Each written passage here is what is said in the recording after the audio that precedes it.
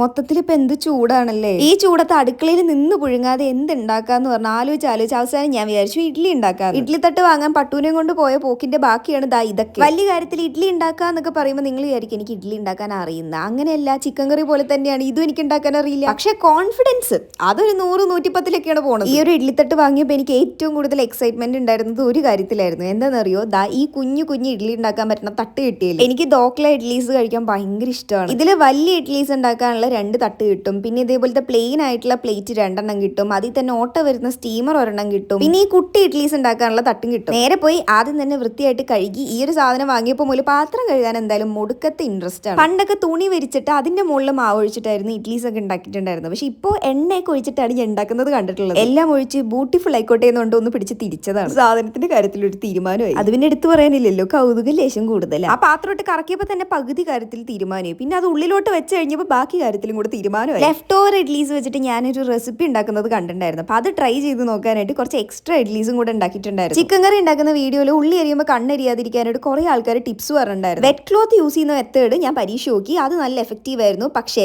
Candle കത്തിച്ചു കഴിഞ്ഞാൽ കണ്ണെരിയില്ല എന്ന് പറയുന്ന പരിപാടി നടന്നില്ല കേട്ടോ. വല്ല കേക്ക് ഉണ്ടാക്കുന്ന രീതിയിലാണ് ഞാൻ ഇഡ്ഡലി ഉണ്ടാക്കിക്കൊണ്ടിരുന്നത്. ആദ്യത്തെ എന്റെ ഇഡ്ഡലി പുറത്തിട്ടപ്പോ തന്നെ സുഭാഷ് എല്ലാ കാര്യത്തിലും ഒരു തീരുമാനമായി. പിന്നെ കുറച്ച് പച്ചവെള്ളമൊക്കെ തെളിച്ച് കുറച്ച് ചൂടാറി എടുത്തു കഴിഞ്ഞപ്പോൾ ഇഡ്ഡലി അത്യാവശ്യം നല്ല രീതിയിൽ വന്നോട്ടോ. പക്ഷെ വലിയ ഇഡ്ഡലിയുടെ കാര്യം അപ്പോഴും പരിതാപകരമായിരുന്നു. പിന്നെ ഈ ഒരു സ്പെഷ്യൽ ചമ്മന്തി ഉണ്ടെങ്കിൽ ഞാനൊരു 7-8 ഇഡ്ഡലി സുഖമായിട്ട് തിന്നും. പണ്ട് ചെറുപ്പത്തിലേക്ക് അമ്മ എനിക്ക് ഏറ്റവും കൂടുതൽ ഉണ്ടാക്കി തന്നിട്ടുള്ള ചമ്മന്തിയാണ്. കാണാനുള്ള ഒരു പരിതാപകര അവസ്ഥ മാത്രമേ ഉള്ളൂ, കഴിക്കാനൊക്കെ നല്ലതായിരുന്നു. എന്തായാലും ഇനി എപ്പോഴെങ്കിലും കുക്ക് ചെയ്യുമ്പോൾ ആ ടൈമിൽ ഞാൻ ചമ്മന്തിയുടെ റെസിപ്പി പറഞ്ഞുതരാം. അപ്പൊ ഇഡ്ഡലി പാത്രത്തിന്റെ ലിങ്ക് ഞാൻ ഈ ഒരു സൈഡിൽ കൊടുക്കാം. ആവശ്യമുള്ളവർ ചെക്ക് ചെയ്ത് നോക്കാം. പിന്നെ ഇഷ്ടപ്പെട്ട ലൈക്ക് മറക്കണ്ട.